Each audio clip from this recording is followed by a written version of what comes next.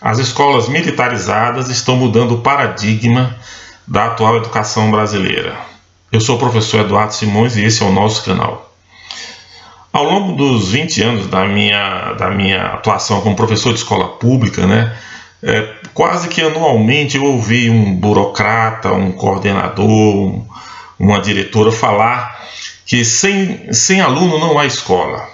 É claro que a gente sabe que o aluno é indispensável, no ambiente escolar, mas o objetivo dessa frase tão repetida era dizer que quem tem importância dentro da escola é o aluno. O professor não tem importância nenhuma, ou se tem alguma importância é muito pouca. É claro que isso nos tocava muito, nos angustiava um pouco como professor, nos estressava, e eu invariavelmente nessas ocasiões tomava a palavra e dizia: e sem professor não há civilização. Porque realmente o professor surge justamente no momento que as primeiras civilizações começam a serem construídas na Ásia e no Egito, onde o excedente agrícola, o comércio, a produção de riquezas fora do âmbito da produção de alimentos começa a possibilitar o surgimento de profissões, de novas profissões, de especializações diversas, entre elas a do professor, que surge, pelo menos os testemunhos mais antigos que temos, nas cidades sumerianas, há cerca de uns 4.000 anos atrás. Então, o professor é fundamental ao processo civilizatório e nós estamos vendo isso agora.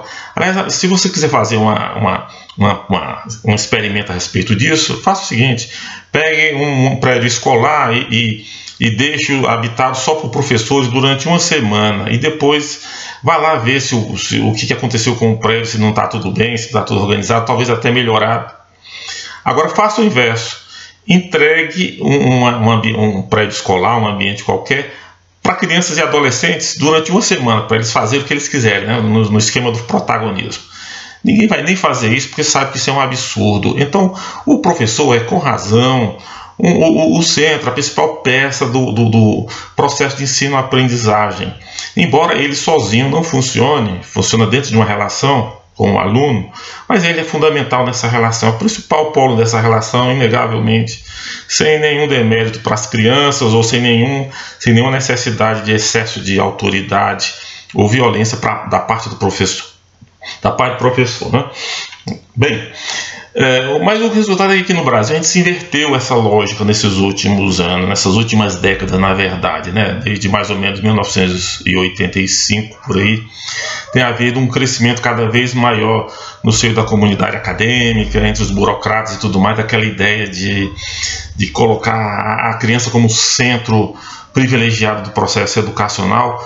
E com isso veio o paulatino esvaziamento, e esse esvaziamento foi quase que inevitável, porque a coisa foi colocada não de forma dialógica, mas de forma conflituosa, porque segundo a esquerda que predominou ao longo dessas reformas que foram feitas, ou o pensamento esquerdista, dizendo melhor, a escola é uma expressão do domínio, da opressão da burguesia sobre a sociedade.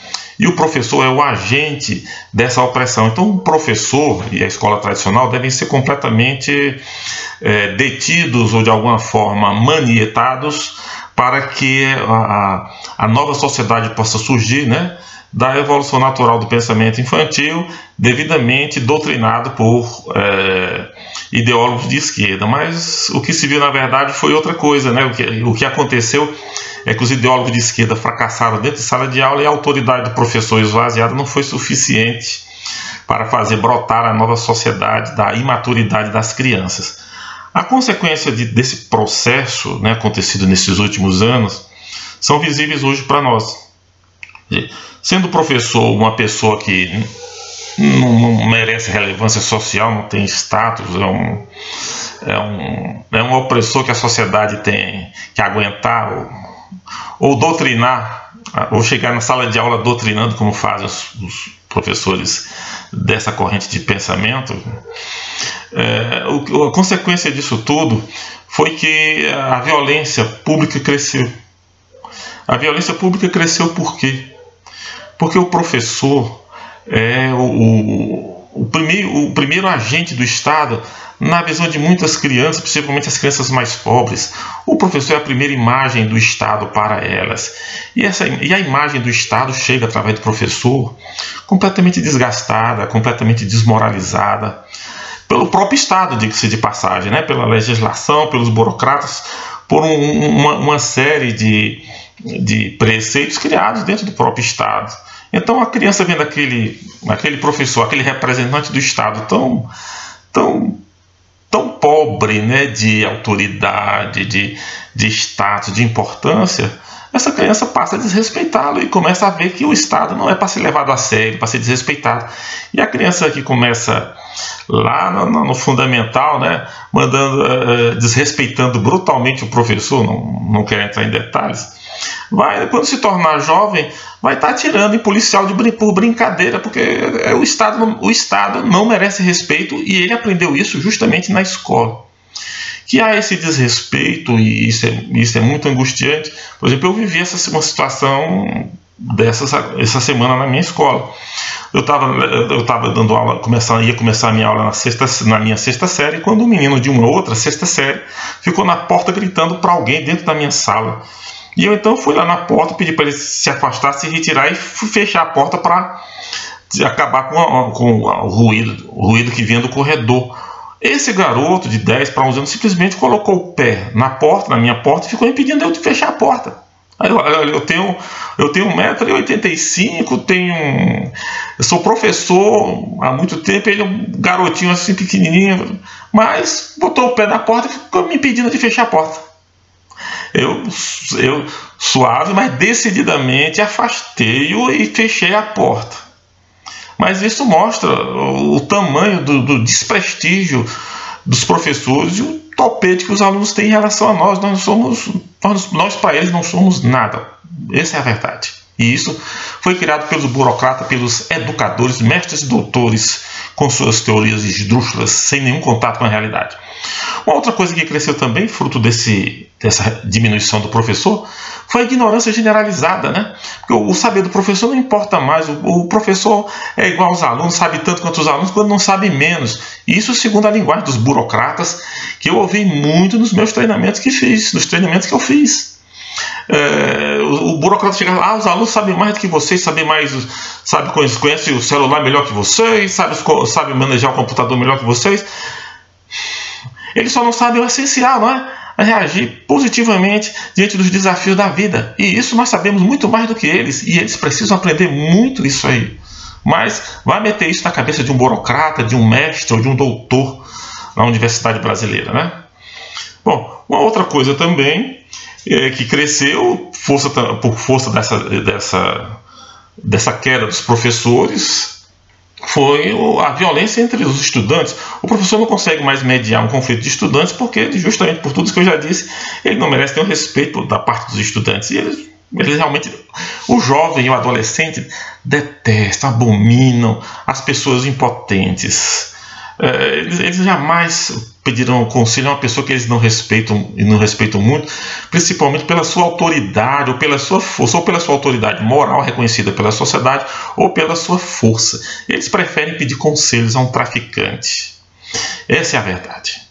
Agora, as escolas da PM, o que elas estão fazendo agora? Elas estão revertendo essa situação. Primeiro, o professor se torna o centro do processo educacional. E é inevitável que seja assim, porque o professor tem mais experiência justamente naquilo que importa na vida, naquele conhecimento que é relevante e pode ser relevante no futuro, que a criança não tem, nem os pais delas têm também. Então o professor precisa ser escutado e o professor tem que dar o pontapé inicial do processo. A PM também resgata a disciplina, né? Existem todas aquelas regras, aquelas normas militares que as pessoas assim com um certo sentimento de inferioridade, que não podem ouvir um conselho de ninguém, são muito orgulhosas, né? Não podem ouvir um conselho de ninguém, uma recomendação de ninguém, e até uma ordem necessária sem ficar constrangido e melindrado, né? Mas é preciso pensar que a criança, o imaturo, precisa de disciplina, precisa de foco. Essas pessoas imaturas pensam que isso é opressão, violência contra a criança. Não, isso é uma forma de conduzir a criança para o foco de atividade que ela vai desenvolver dentro da escola. né? A criança precisa ficar focada dentro da escola naquilo que ela precisa fazer naquele momento. E esse foco vem justamente de todo esse ritual que os militares realizam com tanta presteza e em tão grande número, facilitando esse foco, essa concentração que a criança precisa e que ela tem dificuldade por ser imatura e porque vive em ambientes muito tumultuados, a família está em colapso, os bairros estão muito violentos e a criança que vem para a escola com isso na cabeça, ela não vai conseguir se concentrar. Entrando num regime, num esquema de passo a passo, série a série, momento a momento, ela vai conseguir concentrar-se o suficiente para fazer as tarefas e sair dessa situação de opressão que ela vive atualmente. Então a disciplina é fundamental. E a criatividade? A criatividade virá da exploração de todo o potencial da criança que o professor pode fazer em sala de aula, para além desses processos que existem, que ajudam, desses processos disciplinares que existem, que ajudam, né? Mas que não pode ficar só nisso. O centro da educação, o objetivo da educação, a meu ver, não é a criança, não é o professor. É uma relação dialética, dialógica, cheia de contradições entre o aluno e o professor, que precisa ser resolvida a cada momento. O professor tem amplas condições de dirigir esse processo, se for bem treinado, né? Então, é isso que é o centro da educação. É até inexplicável como é que a esquerda, né, tão dialética que é, tão preocupada com a dialética, não tenha descoberto isso e fica centrando aqui. Não, ora o polo do professor, ora o polo do aluno. Não há uma luta de classes entre professor e alunos. O que existe é a necessidade de uma colaboração. É na colaboração das classes que as sociedades evoluem, e não durante as crises e as revoluções. Durante essas crises e essas revoluções multiplicadas, elas só vão para o buraco, como aconteceu com várias sociedades que nós sabemos aí, né? Então, essa disciplina também ela é importante porque as escolas estão com turmas muito numerosas. E é difícil você encontrar um meio termo com turmas tão numerosas. Eu mesmo tenho uma turma de sexto ano com 40 alunos, dos quais uns 37, 36 frequentam regularmente as aulas. Fica um pandemônio, porque não há um processo geral dentro da escola que estimule a disciplina. Antes, a escola estimula a dispersão, inclusive por ser um prédio muito grande, com grandes corredores, fica tudo muito disperso. Resultado é que a aprendizagem vai para o buraco, né? Vai para o saco, não há condições. Então, eu quero dizer que eu saúdo com grande esperança essas experiências das escolas militares, porque elas retornam ao canal natural do desenvolvimento da criança. É claro que a gente não pode ficar só nisso, não é a disciplina pela disciplina, como eu já falei. É você usar a disciplina como uma pedra angular, como um alicerce, para em cima disso criar novas coisas, tornar o ensino mais criativo e quem sabe num futuro não muito distante a gente possa ter escolas tão boas como as melhores do mundo, né, com alunos criativos, com turmas pequenas, bem orientadas, que é isso que nós todos almejamos e que neste momento a melhor saída, a melhor alternativa para começar este caminho é a militarização das escolas. Muito obrigado.